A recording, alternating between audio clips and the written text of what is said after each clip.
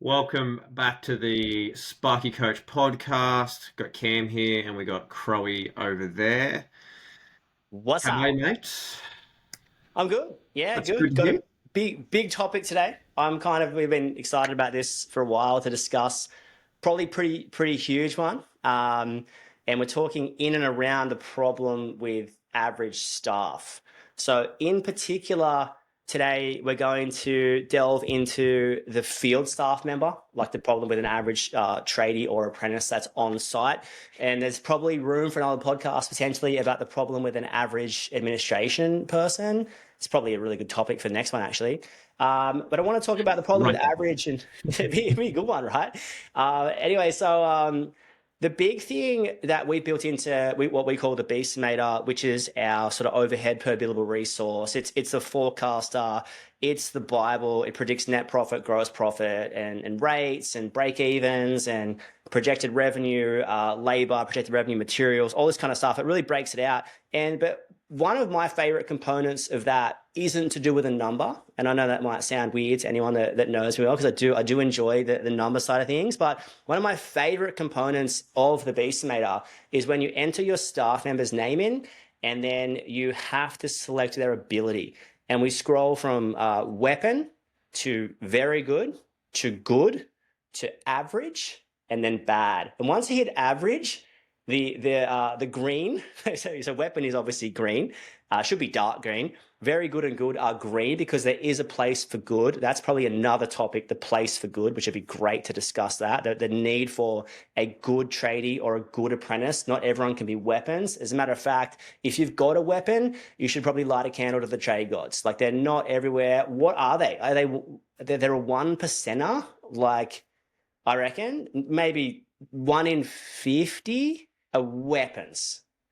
And if you've got that person or lucky enough to have trained that person up, that's incredible. You want to be holding that person because you might never be able to replace them. And as we know, what makes a weapon? A weapon is someone who's great at their job and has a great attitude. So someone who is good on site and good to work with, but also has a kind spirit, a good spirit, a generous spirit, a welcoming spirit, like all that kind of stuff. I think weapon is associated with both of those.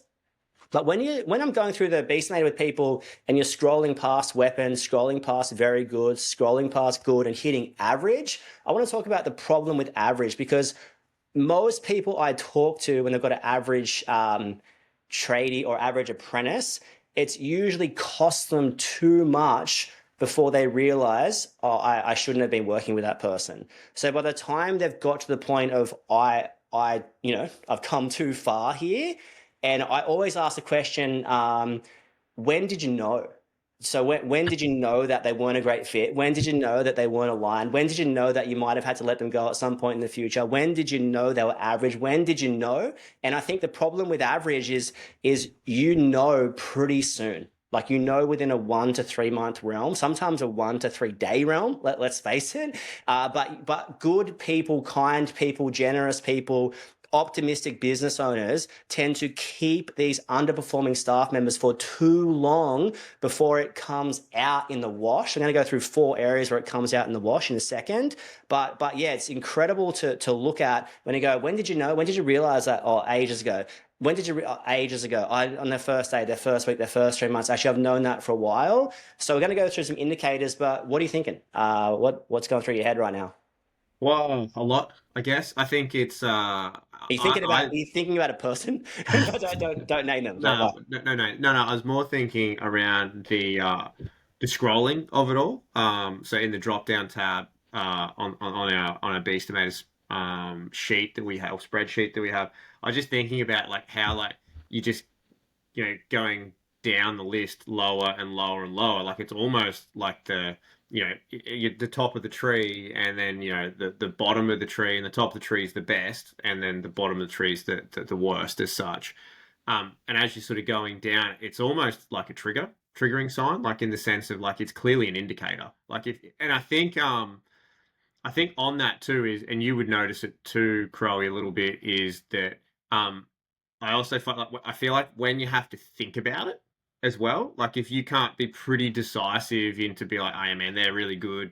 or very good weapon, or that rock solid sort of thing. I think if you then have to start to think about it, or like you yo-yo between, you're like, oh no, but then they have like, I had a really good week like back in 1964, like so let's you give them another opportunity, sort of thing. So I also find that I think as a bit of a self indicator as well for yourself. Like I think if I said to someone, I was like, hey, what do you think of so and so? And you wouldn't be able to decisively answer it, I think you've sort of got yourself a situation. Um, Yeah, that's a great book to read, I would say, is the No Rules Rules book by Netflix. It's an incredible read. Talks about the importance of working in and around, they call them A players, so the weapons, you might say. Now, have you ever heard anyone reference Netflix is heavy on the we focus on we're building a team, not a family. A team is the highest performer is in the seat, and if you're not part of that A team, then that their whole theory is adequate performance gets a generous severance package, which is pretty interesting. I'll say that again. Average performance gets a generous severance package. I don't necessarily align or agree with everything the book says, but it is interesting in terms of like they're only seeking to work with the top people because the top people are incredibly motivated. The top people get the job done. The top people are polite. The top people want to work with the top people. And the top people, when treated well, they'll be exponentially increase the output or efficiency or effectiveness of your business. So wanting to work in and around those people is really interesting. Where you sit between the family and team thing is really I think when you're a billion-dollar company like Netflix, you can afford to have like blanket statements like hardline stance. most trade business owners I know, if they were to pay every one of their staff out a generous severance package, they'd be bankrupt. Yeah. So it's like it's really not applicable. And I think there is a great like when you're operating as you're on costing labor and materials, like there is a family element to that. And I really want to encourage everyone to treat your staff well and get a good culture and maintain a good culture and just treat your people, your clients and staff and everything well. But coming into that, so that's a great read. And if anyone's interested, read it and then send me a message and let me know what Yeah. your outtakes were. But I think the four signs of it, what are the signs of an underperforming staff member or what are the signs of an average staff member? Let's go through them. The first one for me is when it's coming into your dinner table, right? I'm not saying they're physically coming over for dinner because they're probably not coming over for dinner. That's probably not happening. But I'm saying that when you're having a glass of wine with your partner or you're at the pub with your mates or you're having a kombucha or a coffee, they're consistently They're coming entering across. the conversation. Yeah, it's like, oh, I can't believe what. Do we need to pick a name here? Jimmy? Jimmy gets a hard time. Fire Jimmy gets. Yeah, he probably gets a bit of a bad rap. I've worked some really good Jimmies. Let's just go with Roger. Roger Federer is my first Roger. And so I'm having dramas with Roger. I was like, Roger again. When Roger's consistently crossing into your personal life, one of two things: you're either nitpicky and need some boundaries, but more than likely, that's interesting because I feel like you've got to have some boundaries about really nitpicking, and you've also got to have some boundaries around like don't let everything cross your dinner table. Like certain things need to, but some things don't need to. And I often found early on in business, I would be less selective about what I share. I remember Elodie saying like, "You even like running this business?" And like, oh yeah, but I was just consistently bringing negative news to Projecting. her. You're Yeah, projecting and on I her a was little like, bit. yeah, and that was interesting in itself to talk about. But if they're consistently coming across to your partner, friends, family, trusted loved ones in a negative light, that's probably the first indicator. When they're crossing the dinner table on repeat, I'm not saying once, I'm saying on repeat, like 2, 3, 4, 5 times. That's a huge sign. Thoughts? Yeah. Well, I think if they've got into your head, they're like a niggler in the game of footy. Like a heckler. Did you see what So was it? Was it who said to was it Callum Wishart the other day, and someone was screaming at him from the sideline? I can't remember what it was, but I really laughed. Like someone heckling Callum yeah, Wishart, NRL player, but someone heckling from the sideline about like taking a kick and stuff. I love that. just Love having that stuff. yeah, just some punter who thinks he's better. And he's like 8 beers deep and 3 meat pies in, and he's like, I'm better than anyway.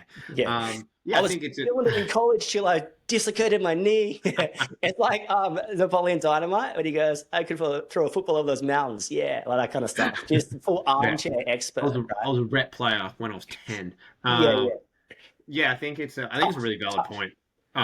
And pretty simplistically, and I guess I go back to sort of again what I was sort of saying before. Um, scrolling through, like if I had to point at you and said, "Hey, how do you rate so and so?" And if you have to think about it, obviously that's an indication. I think if the person is now entering your personal like time, I guess is probably the easiest way to describe it because I don't think it's necessarily healthy to sort of be all consumed by work all the time. There's definitely periods in your life where that will happen for a period of time. But I think if they're entering into that, it's like, has this, why are you talking about them? And I'm going to say to you, in my general experience, people who are doing a really good job don't really enter your headspace in regards to taking it up. It's I would say it's almost the opposite of it. So I think it's a real key sign that something's up if you're always thinking about them. And I would probably go blanket that across the board if it's the same in any situation. If something's consuming you, there's an issue that needs to be confronted. Yeah, it's so much stress I feel is self-inflicted because stress is usually your body's reaction to something that you can do something about. You know, Have you resolved it, not yeah. not all the time, but in this case, like in the average sense case, 100%. So I think when they're crossing that boundary, you've got to check yourself before you wreck yourself. Also wanted to highlight too many people are dealing with and maintaining and keeping around an average apprentice. And an apprentice, when you look at it if you had to sum it up in one line, it's your organic opportunity to produce a tradie. So if you had a choice of anyone, not like a lots of people, and you chose that person, why? And if you can't answer me that question and they're not performing, they might need to go because we know how hard it is to find tradies, but you can create one and you blew it. So it's like I remember I feel like we were pretty apprentice like we would travel in even teams. So if we had Numbers. six tradies, we'd have six apprentices because the style of work we did was very applicable to that. And I think in the 13 years running a business, we might have produced 12 to 15 apprentices. So it's like one a year. And I would say we would be on the higher side of that thing. So most people are producing one apprentice every 2 to 3 years. And so, if you get a chance, let's say you get a chance every Olympics, are you hedging your bet on that person? And if you're not, why not? And really break it down there and really go there. So the first sign of an underperforming staff member, it's crossing the dinner table, it's crossing the personal boundaries. Your partner knows their name in not a great way. Intimately. Yeah. And sometimes the best like and you kind of mentioned this before, sometimes the best indication is just stacking them up against a high performing one. How do they stack against that? Like, how do you feel when you talk about the high performing? I would even Yeah. say where's your bar sit? Even like, so like strip it back. What's your expectation? Mm. So like, where do you stand on like, and because I think that's really easy. Like sometimes you can just, oh, well, it could be like five things that you expect, right? And are they hitting some or none? And it's like, well, you know, that's a decision that is on you now, that you have the power to make as such. So yeah, I think also too the thing I just like around the apprentice side of things is there's so many options out there as well. So it's not like they're a dime a dozen. They are literally, I A would dozen, say, a dozen, a if dozen.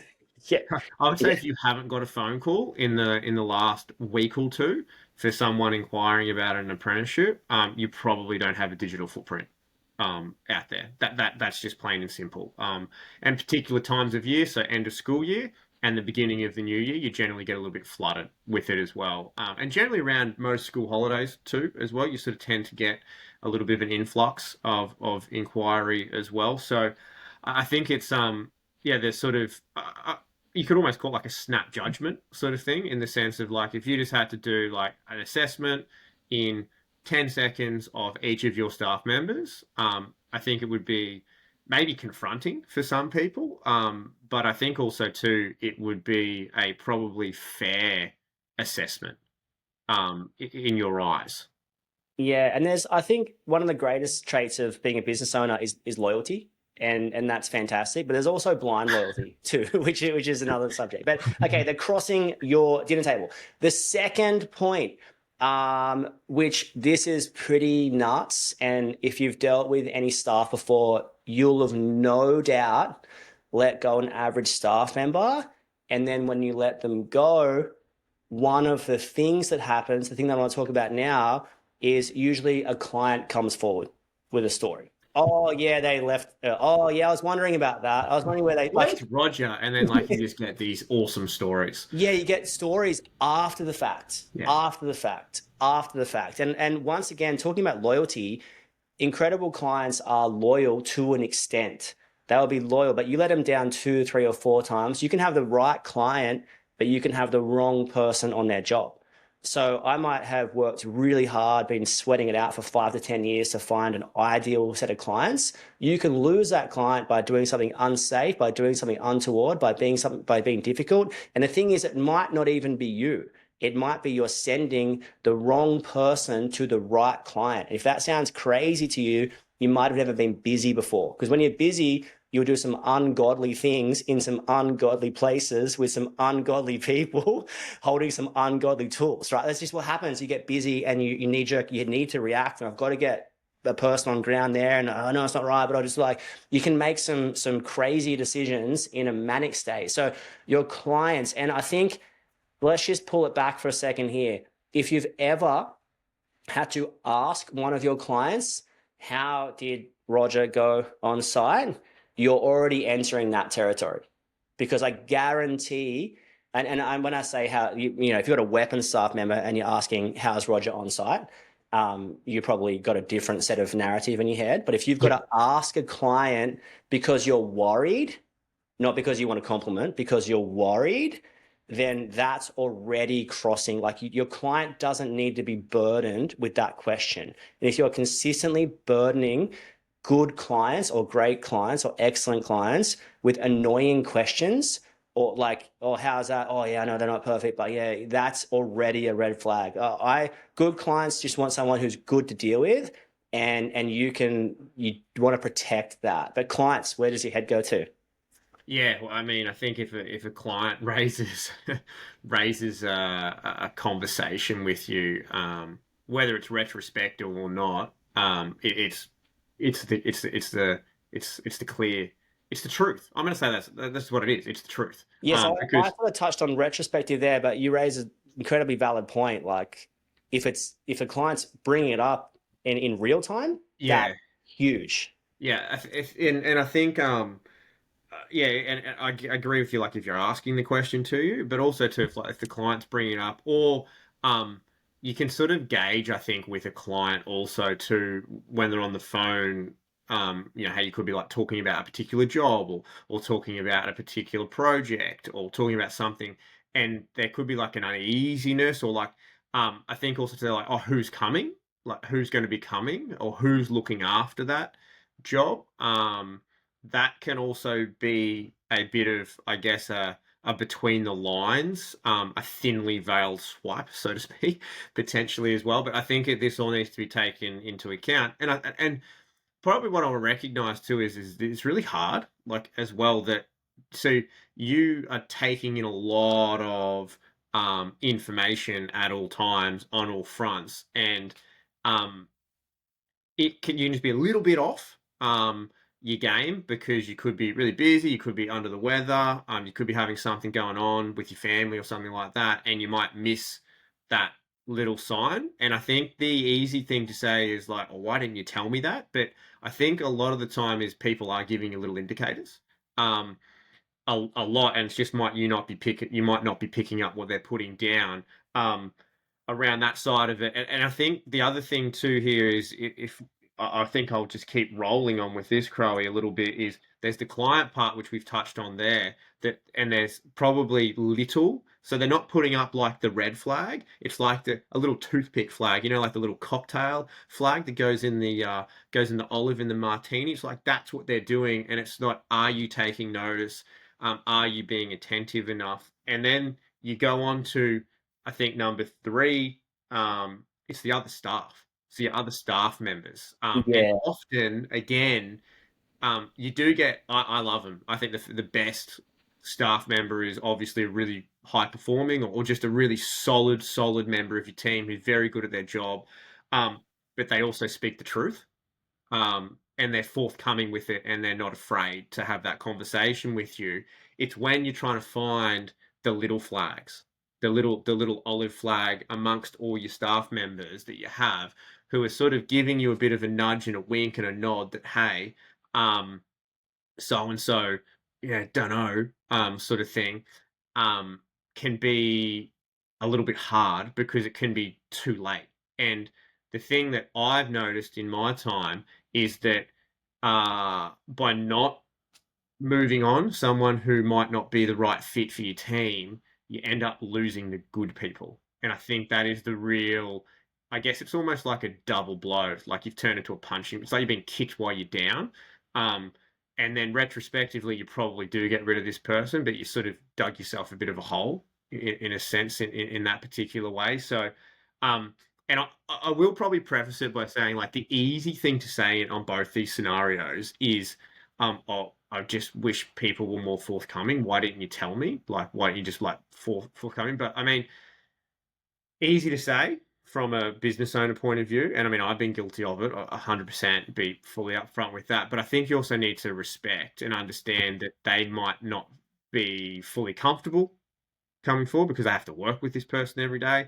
They may feel like they're responsible for part of their downfall, and that just might not sit well in their conscience sort of thing like that. There's lots of things that come into play, but yeah, love to hear your thoughts around the other staff effect.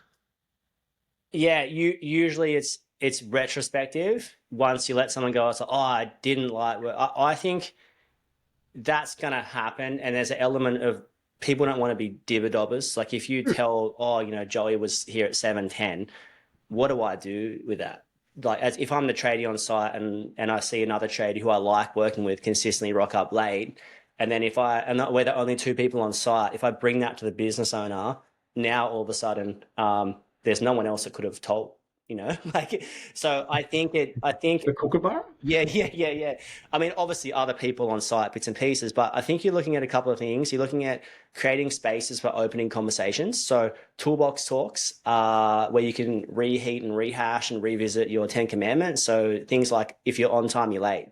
So, hey guys, obviously, trade like electricians and solar aircon tradies in general, you're generally on costing labor and materials. So if someone turns up at 7:15, 7:30 and they're a tradie, well, maybe the apprentice has been standing there for half an hour doing nothing. Maybe it's a bad look for site. Maybe now the business owner can't charge until 7:30, a quarter to 8 or 8. And maybe it's just a bad look across the company's reputation. So there's lots of things that go into it. It's not just like I was 10 minutes late. It's like, well, now I've got to can't charge till 7:30, or now I've lost that element of productivity, or now we're, like I just think you're opening the comment. So you need toolbox talks to establish and reheat standards, and to just basically go over them again and again and again.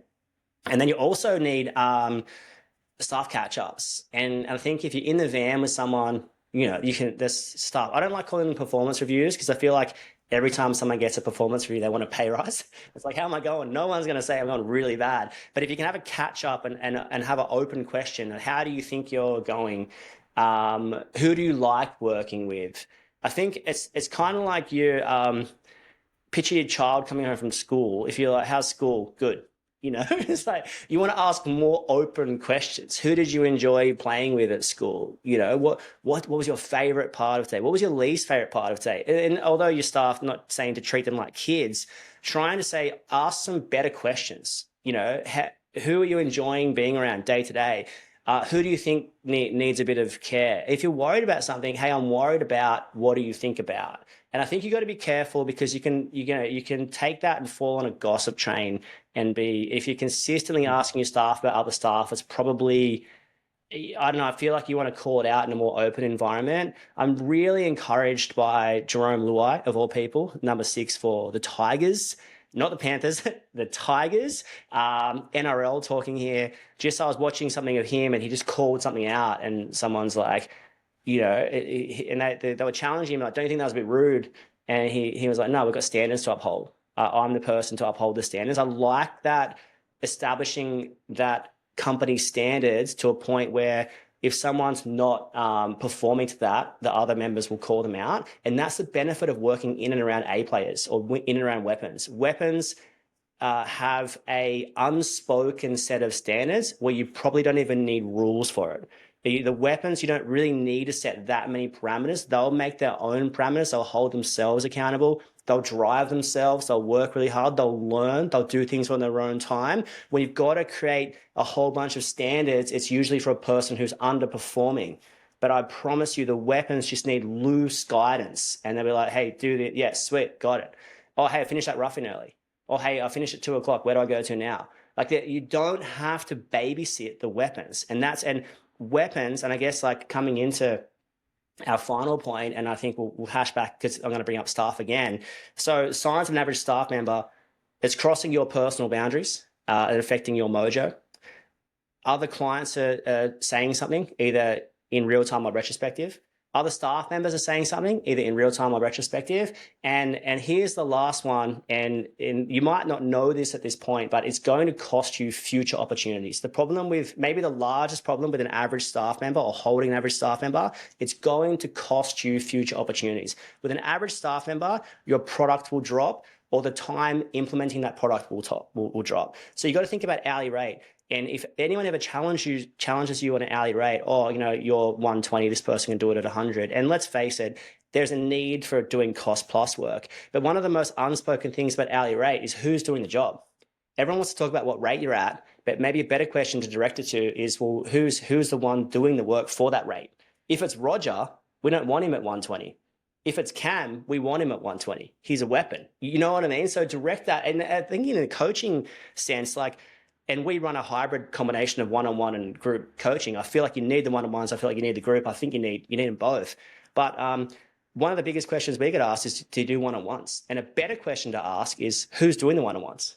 Because, like, you don't want the wrong person on in a one-on-one sense or an hourly rate sense. Like, you're going to cook that job so hard. So an average staff member is going to cost you future opportunities with staff. Either staff members aren't going to want to come work for you, or they're going to leave your company. Future opportunities with clients.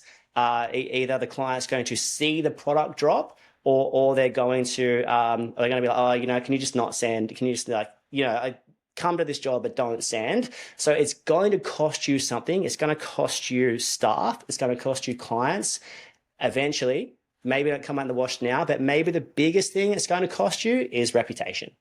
And reputation is faceless, right? Like in a way, it's got it's everything, but it's relatively immeasurable. As it's like you can takes a lifetime to build, and it takes a moment to knock it down. So protect your reputation, hire weapons, confront the average people. What's your thoughts?